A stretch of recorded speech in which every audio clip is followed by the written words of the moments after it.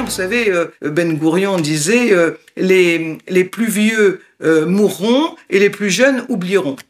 Résultat des courses, il y a des vieux qui sont morts, mais les jeunes, ils n'ont pas oublié et continuent à résister, à vouloir vivre normalement sur leur terre.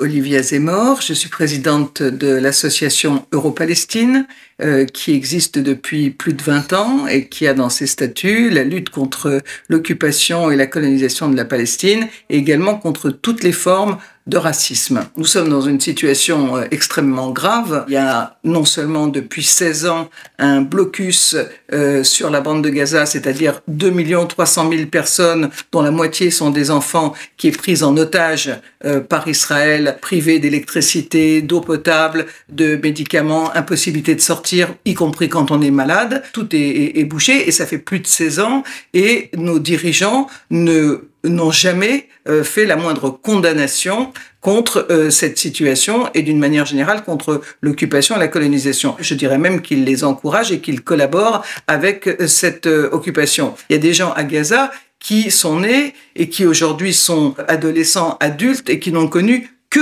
l'occupation, que l'enfermement, que le ghetto. Alors quand même, on avait dit Varsovie, Treblinka, plus jamais ça, mais avec Gaza, ça ne s'appelle pas autrement qu'un camp de concentration. Parce que quand on concentre plus de 2 millions de personnes sur une toute petite surface, c'est la plus grande densité au monde, la bande de Gaza, et que on les prive de tout, de liberté de mouvement, mais aussi de tous les biens essentiels, eau, électricité, médicaments, et maintenant on ajoute la nourriture, eh bien, ça s'appelle pas autrement que ça. On a une situation où les gens qui étaient enfermés ont réussi à briser les murs et les barbelés, avec d'ailleurs un vieux bulldozer. Environ 1 millier d'entre eux sont sortis, mais sont sortis en se mettant eux-mêmes en péril. C'est pas des gens qui ont largué des bombes comme le font régulièrement les Israéliens, y compris quand il n'y a pas d'attaque sur les populations civiles. Israël se présente comme un géant de la technologie de surveillance, d'espionnage, de contrôle des populations,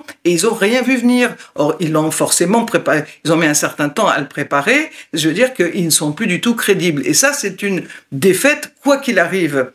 Maintenant, quelles que soient les atrocités qu'ils commettent et qu'ils vont continuer à commettre et qui, comme je le dis, ne sont pas nouvelles. Là, il y a un gouvernement qui est carrément fasciste et fier de l'être avec Netanyahou, Smotrich et Ben Gvir, mais ça n'a pas commencé avec eux, la colonisation et l'occupation. Et qui dit coloniser dit toujours exterminer. On l'a vu dans tous les types de colonisation, c'est pas propre à Israël.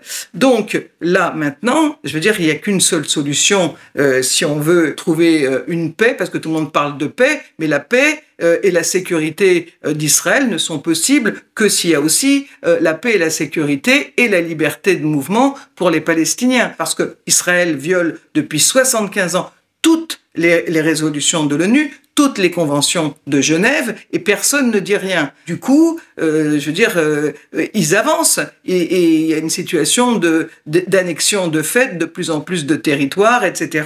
Une fois de plus, pour l'Ukraine et la Russie, on a vu à quelle vitesse, quand les puissances occidentales le souhaitent, elles peuvent prendre des sanctions en cas d'invasion et d'occupation. Pourquoi, depuis 75 ans, ça n'est pas le cas? Pourquoi, depuis 75 ans, on laisse faire? Et ensuite, on va dire les pauvres et les autres sont des terroristes.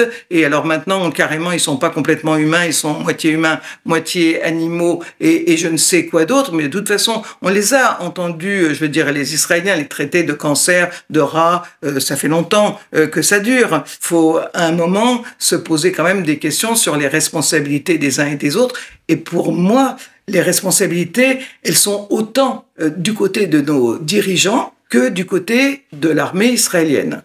Parce que Israël ne pourrait absolument pas faire ce qu'ils font en termes d'occupation et de colonisation et tout ce qui va avec, si il n'y avait pas un consensus, un laisser-faire voire une collaboration de nos dirigeants, de nos gouvernants. Donc si on continue à armer l'occupant, à faire des affaires avec lui, etc., ben ça s'arrêtera jamais. Aujourd'hui, le chantage à l'antisémitisme, il est très fort et il va très très loin. On nous dit pas simplement que quand on prononce le mot Palestine, c'est déjà de l'antisémitisme et ça va amener des actes antisémites. Là, on nous dit qu'on n'a absolument pas le droit de manifester pour les droits des Palestiniens. Et donc, on voit ce deux poids deux mesures énorme une manifestation, par exemple lundi soir, des pro-israéliens encourageant le blocus de Gaza, le fait d'assiéger des femmes, des hommes et des enfants,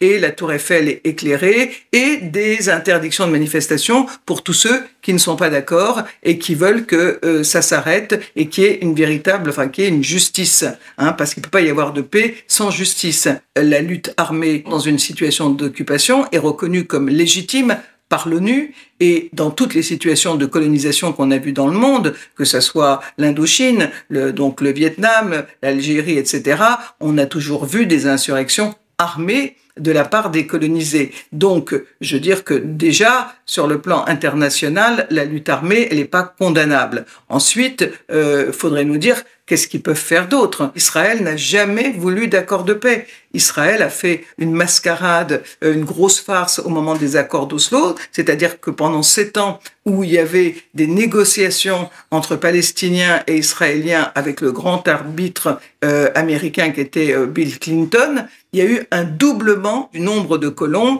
une multiplication des checkpoints et la vie est devenue encore plus dure. Normalement, quand on fait des négociations, je veux dire, on gèle la situation pendant les négociations.